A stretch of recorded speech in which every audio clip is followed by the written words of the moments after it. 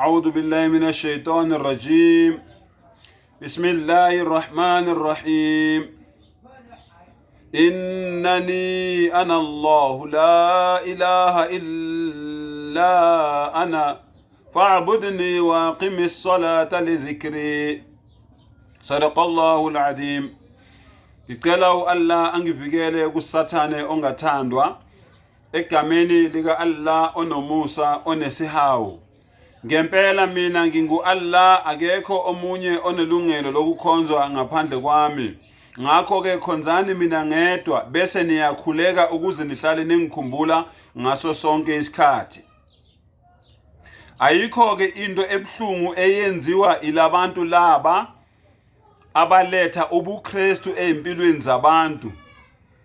Badlala ngemqondo yabantu. Ayikho-ke into ebuhlungu njengokudlala ngomqondo womuntu ukuthi umtshele ukuthi uNkulunkulu uyisitabane noma uNkulunkulu uyinkonkoni engamadoda amathathu emntwini oyedwa. uNkulunkulu uziqu zintathu.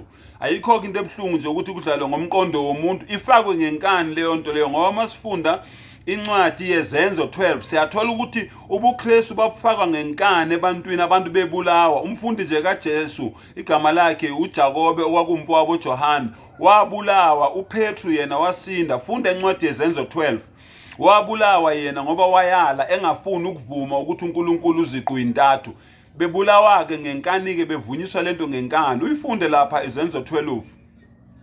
Befostwa ngenkani ukuthi bakholele ebuthathwini bukaNkulunkulu, baphume ezimfundisweni zikaJesu lezi abafundise zona yena ukuthi bakholele kuphi ebunyeni bukaNkulunkulu. Ayikho-ke into ebuhlungu njengokubona umuntu ozibiza ngomKristu enza leyo nto leyo eyahlohlwa ngenkani ey'nhlizweni zabantu, ey'mpilweni zabantu, bebulawa abantu, benziswa ngenkani into engekho.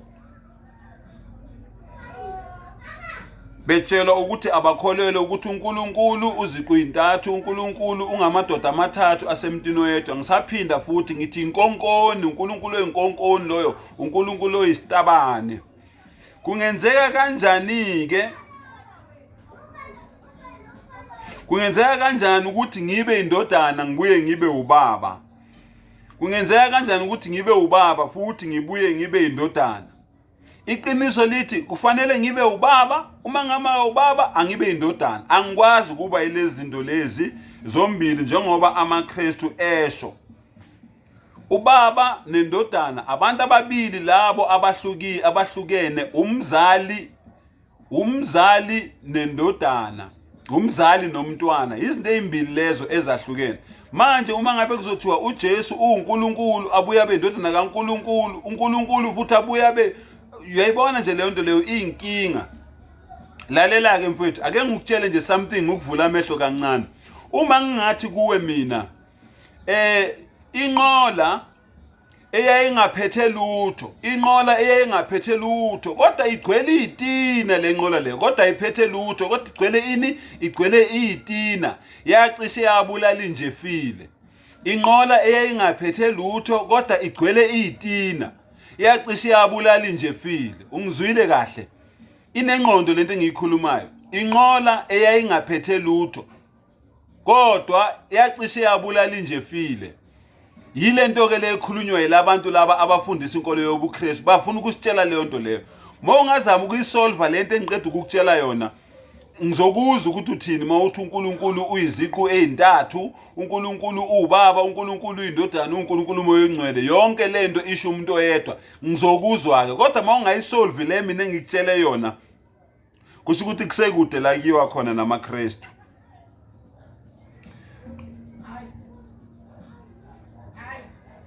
Right. Uma ngabe uJesu eyindodana angeke ke abe ubaba ngoba yena uyindodana.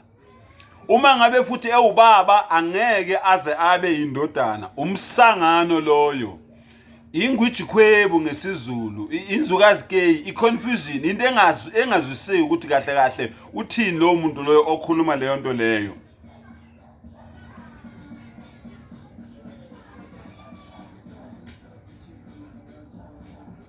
ngakho ke uma ngabe uJesu uNkulunkulu kungani eyikholwa, kungani simthola eyikholwa njengoba ewuNkulunkulu yena self uguqile uyathandaza, uthandaza kubani, ukholelwa kubani njengoba nithi wayesesiphambanweni ekhala ethi eli lima sabakthani, Nkulunkulu wami ungishiyelani, ngoba uNkulunkulu yena wayekhala kubani, wayekhala kuye, wayezikhalela yena futhi ekhala kuye. Obani laba ababemcrucify ababembethe esiphambanweni? Idalwa zakhe. Cabanga idalwa zibethela uNkulunkulu wazo esiphambanweni. Njengoba efileke lo uNkulunkulu insuku ezintathu ke nobusuku obuthathu lo unenene bushoyo, noma sithi siyafunda sithi siyabheka sithola ukuthi sithola ubusuku obubili nosuku olulodwa. Wayekhala kubani? Ngoba yena uNkulunkulu yena self. AmaKristu athi uJesu uyindodana kaNkulunkulu ezelwe. Ngamanye amagama bathini? Bathi uNkulunkulu uzaliwe. uJesu uyindodana kaNkulunkulu, uJesu uNkulunkulu, uJesu uzelwe. So uNkulunkulu uvundle esibelethweni sikaMaria, mayiqeda uNkulunkulu wazalwa, mayiqeda uNkulunkulu waba indodana kaNkulunkulu. Niyazizwa kodwa lento eniyikhulumayo ukuthi nithini kahle kahle? So uma ngabe uNkulunkulu engumzali akakwazi ukuthi abe umntwana. So mangabe uNkulunkulu kuyozela uJesu, uJesu akakwazi ukuthi abe uNkulunkulu. Yena kuzofanele abe indodana kuphela.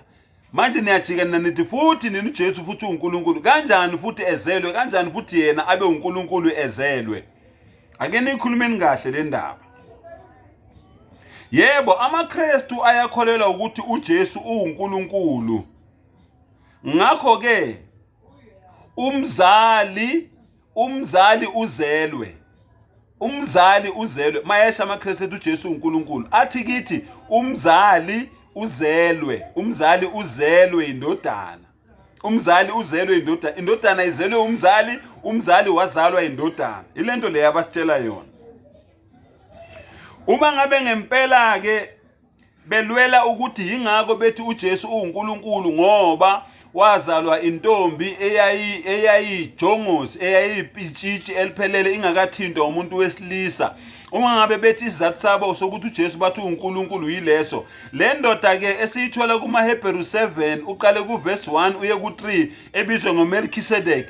Yiyona ke equalifya ukudlula uJesu ngoba uma sifunda ngaye sithola ukuthi yena wayengena mama, wayengena baba, engenaluzalo, enganasiqalo, enganasigcino, akazali akazalwanga, akanasiqalo, akanasigcino. uMelkisedeki uyifunde lapha kuHebheru 7, kumaHebheru 7 uqale ku1 uye ku3.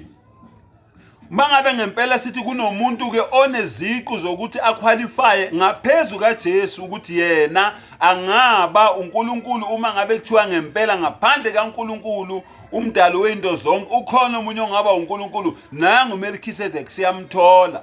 uJesu unomama wazalwa, uMelkisedeki akana baba akana mama, uJesu unomama.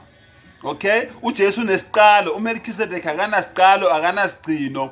uJesu unomndeni, uMelkisedeki akanamndeni akanaluzalo. Uyena ke oqualifya kakhulu uMelkisedeki ukuthi yena angaba uNkulunkulu, ukuthi naye angeke azabe uNkulunkulu ngoba uyasho uNkulunkulu encwadini eka Isaiah 43 uqale lapha ku6 ukuthi akekho omunye uNkulunkulu munye, akekho omunye uNkulunkulu. Kodwa ke uma ngabe sithi nje for argument sake sithi ukhona one qualification, uMelkisedeki noAdam baya qualify boyi2 ngoba